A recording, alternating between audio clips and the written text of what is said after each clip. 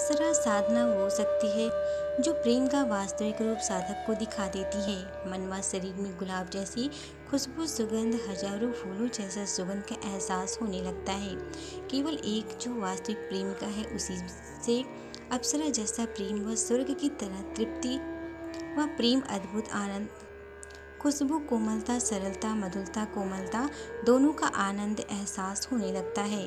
दोनों में ऐसी शक्ति आ जाती है कि गजब की आनंद एहसास होने लगता है। हिंदू धर्मशास्त्रों के अनुसार अप्सरा देवलोक में रहने वाली अनुपम, अति सुंदर, अनेक कलाओं में दक्ष, तेजस्वी और अलौकिक दिव्य स्त्री है।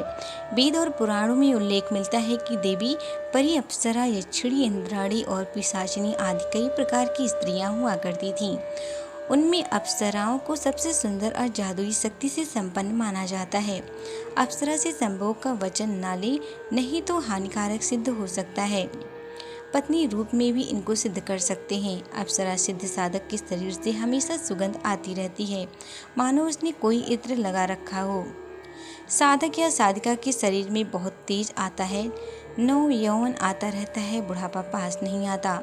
माना जाता है कि अप्सराएं गुलाब, चमेली, रजनीगंधा, हरश्रृंगार और रात रानी की गंध पसंद करती हैं। वे बहुत सुंदर और लगभग 16-17 वर्ष की उम्र समान दिखाई देती हैं।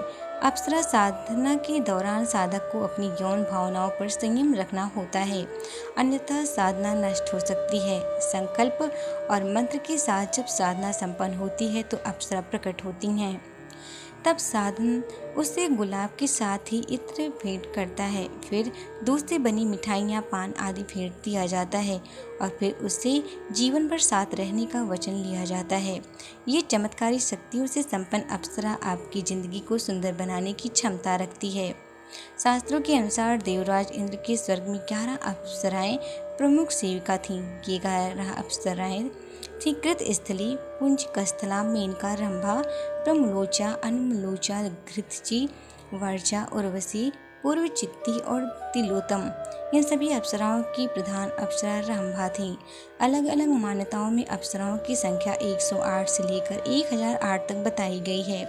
कुछ नाम और अंबिका, अलमुआशा, अनुवादा, अनुचना, अरुणा, अशिता, बुदबुदा, चंद्र ज्योत्सना, देवी, धृतजी, गुणमुख्या, गुणवरा, हर्ष, इंद्रलक्ष्मी, काम्या, कणिका, केशनी, क्षेम, लता, लक्ष्मणा, मनोरमा, मरीचि, मिश्रस्थला, मृगची, नाभिदर्शना, पूर्वचिट्ठी, पुष्पदेहा, रचिता, ऋतुशैला, सहजन्या, सामची, सौरभेदी, शारदूती, युचिका, सोमी, सुहावा, सुगंधा, सुप्रिय, सूरजा, सुरसा, सुराता, उमलोच आदि कुछ ऐसे प्रमुख बिंदुओं को आज हम ध्यान में रख कर के साधना करेंगे और इसे दुष्परिणाम से बचा भी सकते हैं। पहली बात, किसी भी तरह की साधना में अत्यंत महत्वपूर्ण स्थान गुरु का होता है, क्योंकि बिना गुरु के साधना में आपका मार्गदर्शन कैसे हो सकता है तथा साधना की सही विधि भी उन्हीं से प्राप्त होती है। इसीलिए अगर हम बिना गुरु की साधना को प्रारंभ करते हैं तो इसमें होने वाली त्रुटि का जिम्मेदार सिर्फ और सिर्फ हम होंगे।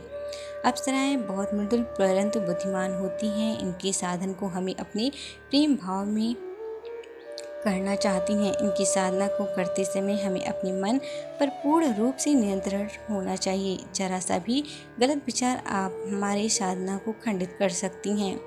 इस प्रकार की साधना हमें बहुत ही सात्विक जीवनचर्या को जीना पड़ता है।